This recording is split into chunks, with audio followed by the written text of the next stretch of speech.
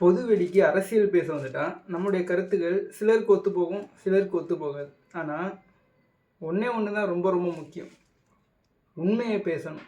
நடுநிலை அப்படிங்கிற பேரில் பேசாமல் இருக்கிறதும் தப்பு. அதிகாரம் இருக்குது, மக்கள் செல்வாக்கு இருக்குது அப்படின்னு சொல்லிட்டு பொய் பேசுகிறதும் ரொம்ப ரொம்ப தப்பு. சமீபத்தில் 2 நாளுக்கு முன்னாடி ஒரு பேட்டி பார்த்தேன். முக்தார் அவர்கள் காமராஜர் அவர்களை இழிவாக சித்தரிச்சிருப்பார். எப்படின்னா, காமராஜர் ஆட்சி காலத்தில் ஊழல் ஸ்டார்ட் ஆகிடுச்சு.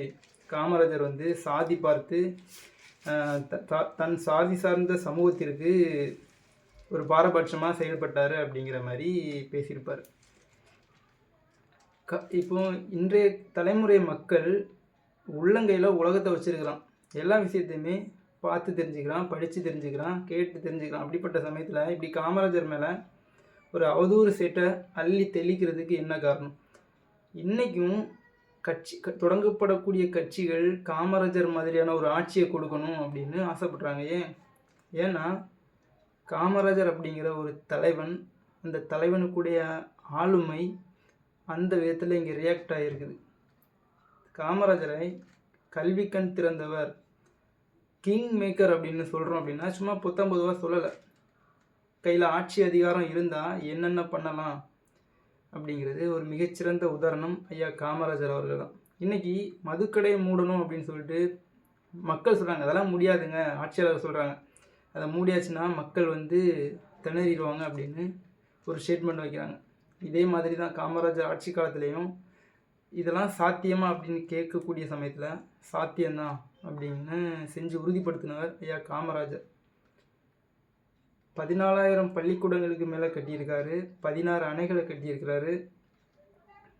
2 முறை 8 ஆண்டுகள் முதலமைச்சராக இருந்து அவர் சாகும்போது அவர் சட்டப்பையில் ஒரு 120 ரூபா பணமும், ஒரு 2 ஜோடி செருப்பும், ஒரு கண்ணாடி, அப்புறம் 2-3 புத்தகங்கள், இது மட்டும்தான் அவர்கிட்ட இருந்துச்சு. அவர் நினச்சிருந்தா என்னென்னமோ பண்ணியிருக்கலாம். நாம் இப்போ பார்க்குறோம் இந்த காலத்தில் ஆளக்கூடிய ஆட்சியாளர்கள் எப்படி இருக்கிறாங்க. அவருடைய அமைச்சரவையில் உள்ளவர்கள் சாதாரண கவுன்சிலர்லேருந்து எந்த அளவுக்கு பகட்டு மேனிக்கு சுற்றுறாங்க அப்படிங்கிறத நம்ம சமகாலத்தில் பார்த்துட்ருக்கோம். இந்த சமயத்தில் காமராஜர் அவர் ஒரு ஆளே இல்லை, ஜஸ்ட் லைக் தட் அப்படின்னு சொல்லிட்டு கடந்து போகிறவங்கள பார்த்தா நமக்கு என்ன சொல்கிறதுன்னு தெரில. காமராஜர் அவர் வெள்ளை வேட்டி கட்டிக்கிட்டு வெள்ளை சட்டை போட்டுட்டு நாற்காலியில் காலுக்கு மேலே காலை போட்டு இருக்கக்கூடிய இந்த புகைப்படத்தை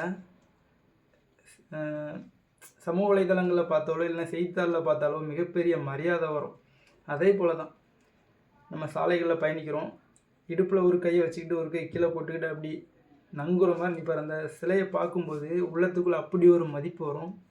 2 பக்கமும் சின்ன சின்ன குழந்தைகள், சென்டரில் காமராஜர் சீரோடையோடு நிற்கக்கூடிய அந்த குழந்தைகள் தோளில் கை வச்சுக்கிட்டு நிற்பார். அதை பார்க்கும்போது பெரிய மதிப்பு வரும். வாழ்ந்தால் இப்படி வாழணும், ஒரு தலைமை பண்புள்ளவன் இப்படி வாழணும், இப்படி உள்ள ஒரு தலைவனாக உருவெடுக்கணும் அப்படின்னு சொல்லிட்டு அவர் சார்ந்த சமூகத்தில் உள்ளவங்கள ஒவ்வொரு மனிதனும் சிந்திக்கிறான். இப்படி ஒரு மனிதனை மாதிரி வாழணும், ஒரு பொது சமூகத்துக்கு ஒரு உதாரணமான ஒரு வாழ்க்கையை வாழ்ந்துட்டு போகணும் அப்படின்னு சொல்லிட்டு அக்கறை உள்ள ஒவ்வொருத்தனும் இன்றைக்கி சிந்திக்கிறான். அப்படிப்பட்ட ஒரு தலைவர் மேலே சும்மா போகிற போக்கில் சேற்றள்ளி வீசக்கூடிய இந்த செயலை நினைக்கும்போது கொஞ்சம் கஷ்டமாக தான் இருக்குது. மூக்கை நுழைக்கும் போதே மூக்குன்னு அடித்து பின்னாடி விடணும். முன்ன உள்ளே விட்டுக்கிட்டு வாழை பிடிச்சி இழுத்தலாம் அப்படின்னு நினைக்கிறது அது முடியாத காரியம். காமராஜர் அப்படிங்கிற ஒரு மனிதர் கதைகளில் படிக்கக்கூடிய ஒரு கதை இல்லை, நிஜ வாழ்க்கையில் வாழ்ந்து காமிச்சிட்டு போனவர். அவரை ஒரு ஜாதி பெட்டிக்குள்ளே அடைச்சிடலாம் அப்படின்னு பார்த்தா முடியாது. ஒவ்வொரு ஜாதியை சேர்ந்தவர்களும் இன்னைக்கு காமராஜராக கொண்டாடுறாங்க அப்படின்னா அப்படிப்பட்ட ஒரு பொது வாழ்க்கையை வாழ்ந்து விட்டு இந்த மக்களுக்காக தன்னுடைய வாழ்க்கையை அர்ப்பணிச்சுட்டு போயிருந்தார். அவர் நினச்சிருந்தா எல்லாரையும் போல் குடும்பம் குழந்தை குட்டின்னு வாழ்ந்துருக்கலாம். ஆனால் இந்த சமூகம் நல்லா இருக்கணும், இந்த சமூகம் ஒரு அறிவார்ந்த சமூகமாக வரணும், ஒழுக்கம் மிகுந்த ஒரு சமூக அக்கறையுள்ள சமூகமாக உருவாகணும்னு ஒரு உதாரணமாக வாழ்ந்து காமிச்சிட்டு போயிருக்கிறார். ஐயா காமராஜருடைய புகழை யார் நினச்சாலும் அழிக்க முடியாது. வாழ்த்துக்கள். தேங்க்யூ.